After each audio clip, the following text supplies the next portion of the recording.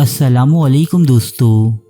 تاریخ اپنی صفحات میں انگنت پراسرار راز سموئے ہوئے ہے جو انسان میں اس تجسس کو بیدار کرتے ہیں کہ آخر قدیم زمانوں میں گزری ہوئی اقوام نے اس قدر عظیم الشان عمارات کیسے تعمیر کیں۔ زیر زمین کھدائی سے برآمد ہونے والی ہزاروں سال پرانی کچھ ایسی چیزیں انسانی عقل کو دنگ کر دیتی ہیں کہ جو انسان نے صرف چند دہائیاں قبل ہی ایجاد کی ہیں۔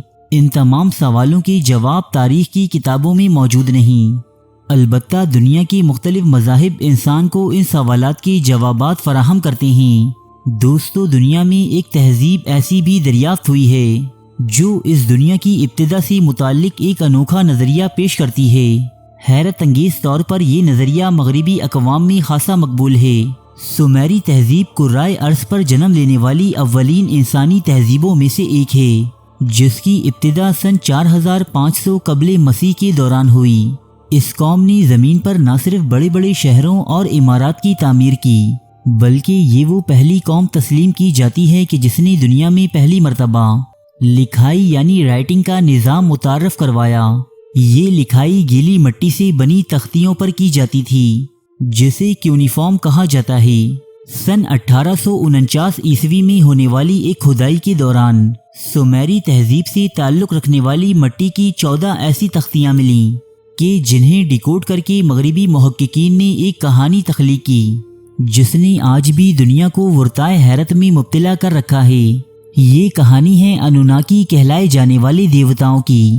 سومیری تہذیب سے تعلق رکھنے والی اس کہانی کے مطابق ہماری نظام شمسی کے بالکل آخر میں نبیرو نام کا ایک سیارہ گردش کرتا ہے جس کا مدار اس قدر بڑا ہے کہ یہ ہر 3600 سال بعد ہی زمین کے نزدیک آ پاتا ہے۔ یہ دور دراز سیارہ انوناکی نام کی ایک انتہائی ترقی یافتہ مخلوق کا مسکن ہے، لیکن یہ قوم اپنی لالچ اور بڑھتی ٹیکنالوجی کے باعث اس سیارے کا ماحول اور آب و ہوا برباد کر چکی تھی، لہٰذا ان کے سیارے نے فصلیں اگانا بند کر دیں اور موسم شدید سے شدید تر ہوتی گئی۔ ان تمام عوامل کو روکنے کے لیے انوناکی نامی اس مخلوق نے جدید ٹیکنالوجی اور کیمسٹری کا سہارا لیا۔ کاسمک ریڈیشن کو روکنے اور اپنے سیارے کو دوبارہ رہنے کے قابل بنانے کے لیے انوناکیز کو بڑی مقدار میں سونے یعنی گولڈ کی ضرورت تھی، جو نبیرو نامی اس سیارے میں انتہائی نایاب تھا۔ اس دھات کی تلاش میں انوناکیز نے بہت سے خلائی جہاز مختلف سیاروں پر روانہ کیے۔ بہت طویل سفر طے کرنے کے بعد یہ لوگ آج سے 4,45,000 سال پہلے زمین نامی اس سیارے پر وارد ہوئے، جہاں اس وقت صرف جنگلی جانور رہائش پذیر تھے۔ انوناکیز نے اپنے رہنے کے لیے میسوپوٹیمیا کی سرزمین کا انتخاب کیا اور یہاں ایک بہت ہی جدید اور خوبصورت شہر کی بنیاد رکھی جسے ایریدو کا نام دیا گیا، جبکہ اپنی تفریح و سکون کے لیے انہوں نے ایڈن نامی ایک باغ بھی تعمیر کیا جو طرح طرح کے میووں اور خوبصورت جانوروں سے مزین تھا، جہاں دوسری دنیا سے آنے والے انوناکیز اپنا وقت گزارا کرتے۔ زمین میں موجود مختلف کانوں سے سونا نکالنے کے لیے انوناکیز نے انسان نما ایک غلام نسل تیار کی تھی جنہیں سومیری تحریروں کے مطابق ایگیگی کہا جاتا تھا، لیکن کچھ عرصے بعد انوناکیز کے ظلم اور استحصال کے باعث اس نسل نے ان کے خلاف بغاوت کر دی۔ ایک بڑی اور خونریز جنگ کے بعد انوناکیز نے فتح حاصل کی اور ایگیگی نامی نسل کا نام و نشان تک اس سیارے سے مٹا دیا گیا، لیکن انوناکیز کو سونا نکالنے کے لیے مزدوروں کی ضرورت تھی۔ اس مرتبہ انہوں نے جینیٹک فیوژن کے مختلف تجربات کے بعد انسان کو ایجاد کیا جو ایگیگیز کے مقابلے میں خاصا پرامن اور بے ضرر تھا۔ وقت کے ساتھ ساتھ انسان بولنا اور فصلیں اگانا بھی سیکھ گیا اور اس نے اپنے رہنے کے لیے مٹی اور پتھر سے مکانات کی تعمیر بھی شروع کر دی۔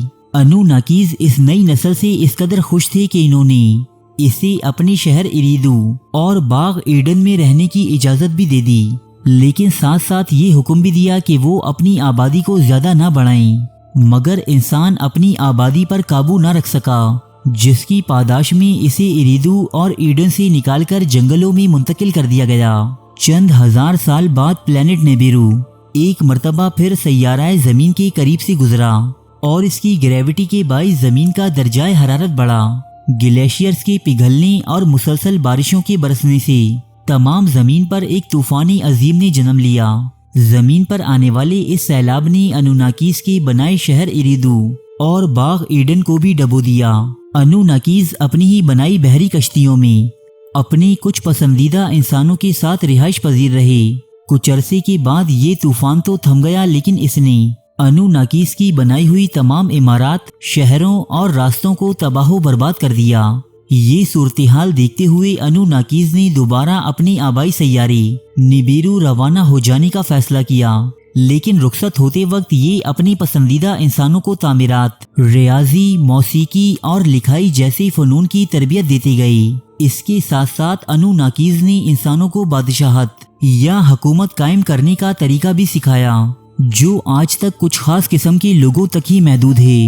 انوناکیز کے واپس لوٹ جانے کے بعد ان کے احسان مند انسانوں نے ان کے نام کے مندر تعمیر کیے، جہاں وہ ان کی عبادت کرتے تھے اور یہ یقین رکھتے تھے کہ ایک دن انوناکیز لوٹ آئیں گے اور سیارہ زمین کا کنٹرول دوبارہ اپنے ہاتھوں میں لے لیں گے۔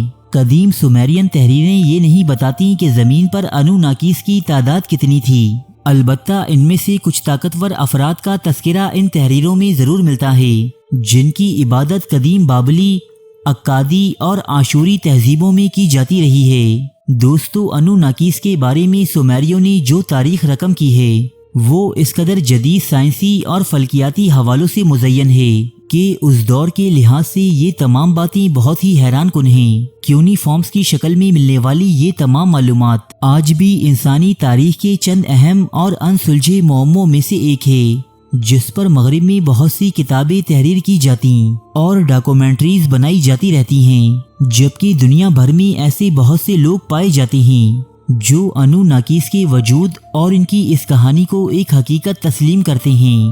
دوستو، یہاں ہم یہ بات واضح کرتے چلیں کہ بحیثیت مسلمان ہم ایسی کسی بھی کہانی پر کوئی یقین نہیں رکھتے۔ یہ ویڈیو محض آپ کو انوناکیز نامی ایک افسانوی مخلوق کی تاریخ سے آگاہ کرنے کے لیے بنائی گئی ہے۔